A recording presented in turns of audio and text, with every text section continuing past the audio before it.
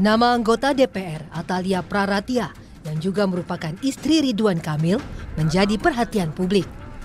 KPK bicara peluang memanggil anggota DPR Atalia Praratia dalam kasus dugaan korupsi pengadaan iklan pada Bank BUMD. KPK mengatakan pemanggilan terhadap Atalia terbuka setelah KPK memeriksa ex-gubernur Jawa Barat Ridwan Kamil. Menanggapi hal itu, kuasa hukum Atalia menegaskan kliennya sangat menghormati proses hukum dan menilai rencana pemanggilan oleh penyidik KPK merupakan hak dan wewenang penegak hukum. Pihaknya juga menyatakan siap bersikap kooperatif apabila dibutuhkan keterangan serta menghormati seluruh proses hukum yang berjalan.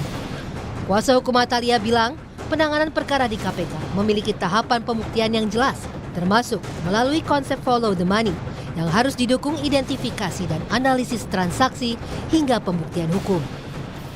Bahwasannya Bu Atalia sangat menghormati proses hukum dan bila mana adanya pemanggilan dari penyidik KPK itu hak dan wewenang dari penyidik KPK. Dan kita tidak bisa menduga-duga hal yang belum sesuai dengan fakta hukum, sesuai dengan pembuktian hukum, itu masih jauh. Komisi Pemberantasan Korupsi membuka peluang memanggil istri mantan Gubernur Jawa Barat Ridwan Kamil, Atalia Praratia, dalam penyidikan kasus korupsi pengadaan iklan Bank BJB. Juru bicara KPK Budi Prasetyo menjelaskan, penyidikan kasus tidak terpengaruh dengan proses perceraian RK dan Atalia berkaitan dengan pemisahan harta antara Ridwan Kamil dan Atalia Praratia sebagai konsekuensi perceraian. KPK akan memanggil Atalia jika memerlukan konfirmasi atau penjelasan dalam mengusut aliran dana maupun aset yang diduga berkaitan dengan perkara korupsi Bank BJB. Budi menegaskan KPK berpegang pada prinsip follow the money dalam setiap penanganan perkara. Basisnya adalah follow the money, kita akan telusuri, kita lacak aset-aset yang mengalir ya, dari substansi perkaranya ya, yang berangkat dari dana non-budgeter di pengadaan iklan di BJB ini. Ya.